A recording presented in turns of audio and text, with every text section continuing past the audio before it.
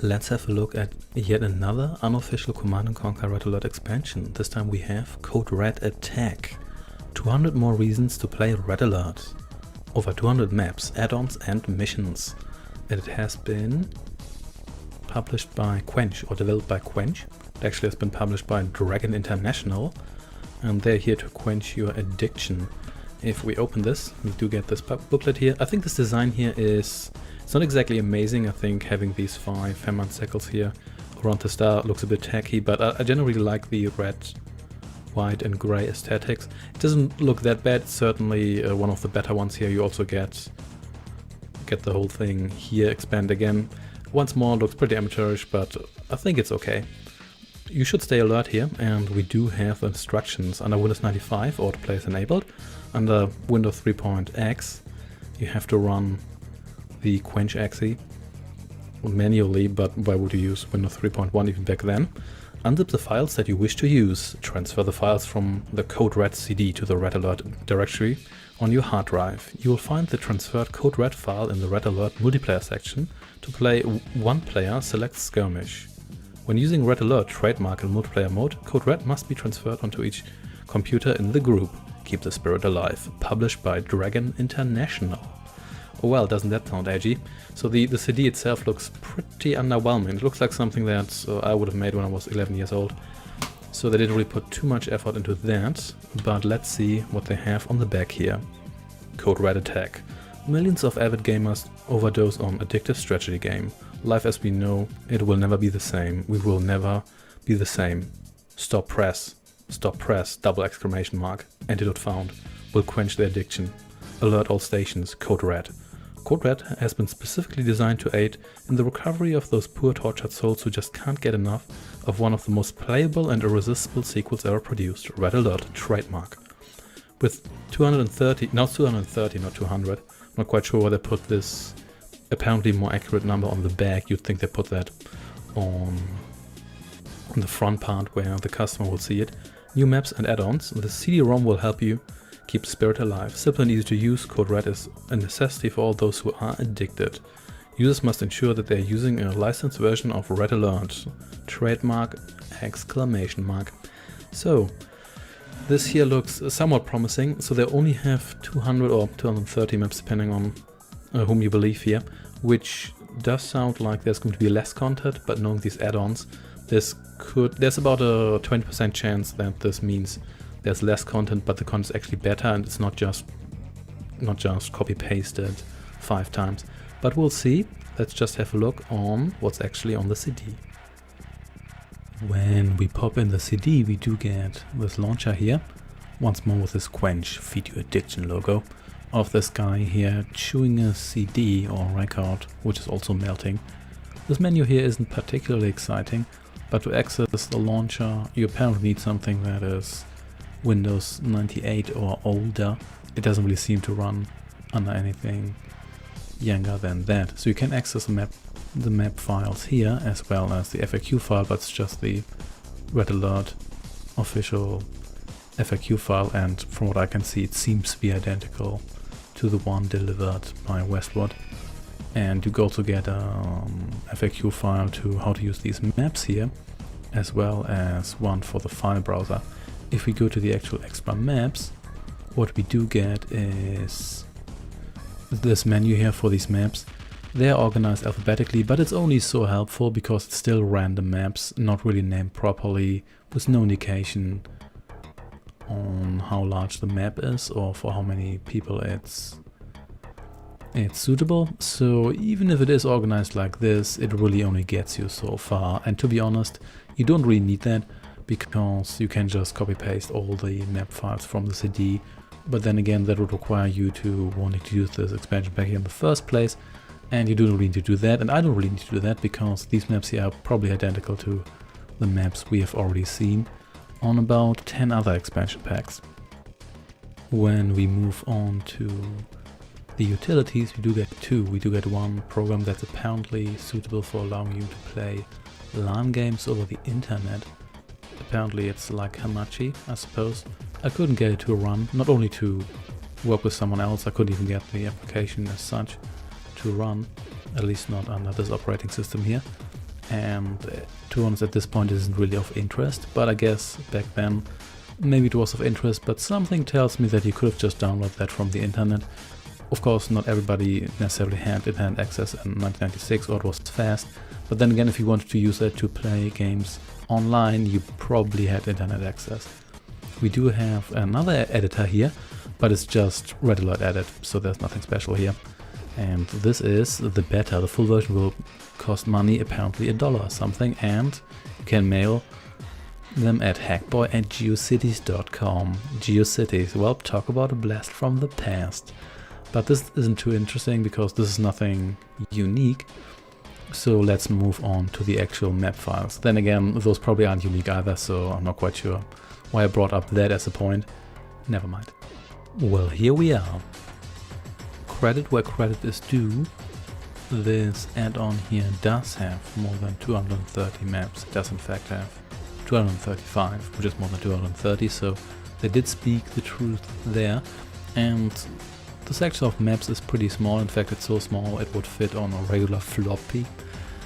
And they do have slightly less typos, incorrect capitalization, and just random names than some of the other expansions, but that's just because there's less content. There's only one D-Day map as opposed to 8 D-Day. Oh, actually no, I take that back. There's another one here. Anyway, there's only 2 D-Day maps as opposed to 24 D-Day maps. And some of the maps actually have an indicator of how many people you're supposed to play this map with. There's the Guns series of maps. That's a classic. We have seen that before. Well, we've seen all of this before. There's 0 original content on the CD here. And it's a bit ridiculous that it's even a CD, because even if you include the utilities and the launcher and everything, it's about 12 megabytes large, which, to be fair, you don't want that on floppies, because that's just a series of floppies, and you're most likely to have an optical drive anyway, because you have Red Alert. Nazi Return, there's another one here. But yeah, overall, this selection here doesn't look very special, but we're just going to see whether we can get something out of this. I doubt there's anything here that we've seen before. From what I could see, there's not. I compared the files, but well, let's see. At least this does seem to be a slightly more refined selection than we did get on some of the other CDs here. This map here is called Crystal Garden, and it's actually fairly decent. It is a coherent map. The style isn't too bad. Everyone starts in a little compartment here, so you do have pretty good protection here, but you also have to watch out that you don't run out of resources and then can't expand. And of course, I can't give any credit to the makers of Code Red here, because they didn't do any of these maps here. But this is actually pretty interesting. The map design gives you a couple of different options, and it also forces you to move out. It's not very open. It's rather claustrophobic. You can use these cliffs here to gain an advantage over the enemy, because obviously you can station units here. This is actually pretty interesting. This is a good map. So it seems there are a couple of those maps on the CD, so at least the selection seems to be good, even though no creative credit whatsoever can be given to the makers of these add-ons, naturally. The next map here, Northern Utah 50/50, is somewhat ugly, but at the same time also fairly functional. As you can see on the radar, it's divided into several segments. Well, there's four parts, one for each player. Of course, the map didn't tell us that it was a map for 4 players, but that's okay. It does have a bunch of bottlenecks here. The map overall looks somewhat ugly because it's fairly empty in parts, and it is also not designed in a way that's supposed to look somewhat pretty. Why are you gang all up on me? That's not nice, but it's okay. We can live with that. And it is actually fairly well balanced, because the map is fairly symmetrical, and it does have a good utility for tournaments or for really balanced play, for people who want to play on maps where everybody has pretty much identical starting conditions, which is nice. So it doesn't look pretty, but at the same time it's also fairly consistent in its design, and it does fulfill a good purpose here. And it seems, by just checking out a couple of other maps, that they did select these maps here for being somewhat balanced and somewhat symmetrical, and that they are Not many of those totally lazy maps. I don't even mean the maps that are just completely blank, that don't really qualify for real maps, but I mean the ones that are just a complete mishmash, that are ugly and at the same time are also imbalanced, so there's no real incentive to play them. The next map is Naval Heaven, in which every player starts on an island that's half base territory and half the crystals here. So everybody starts with riches, but if you have too many players, so if you're just out of luck, several start on one map, and then of course you'll have immediate conflict, which can be interesting, but it's not really how things are supposed to work. But for me it did work out, because I was lucky to start on a map alone. Of course the AI can't really handle this all that well, because the AI doesn't really handle naval combat and amphibious landings and everything, so as a human player you're likely to win this immediately. And once more, the map is somewhat boring, but at the same time it is also functional. And if you just want a map where everybody's supposed to be to build a navy quickly, and everybody probably picks allies, unless you play with Aftermath maybe, then I guess this is a good map for you. Overall, this isn't bad, but it's probably a map with somewhat limited utility. But once more, it's also a map that is fairly symmetrical, with fairly even chance for everyone, except when you happen to be one of those people who starts on a map with several people. But then again, that might just be me having put too many eyes on this map. Oh well, but what can you do? In any case, if you also like to just bully the AI and pick them off mercilessly, while you are pretty much out of range and they can't really do anything about it, then this is also the map for you.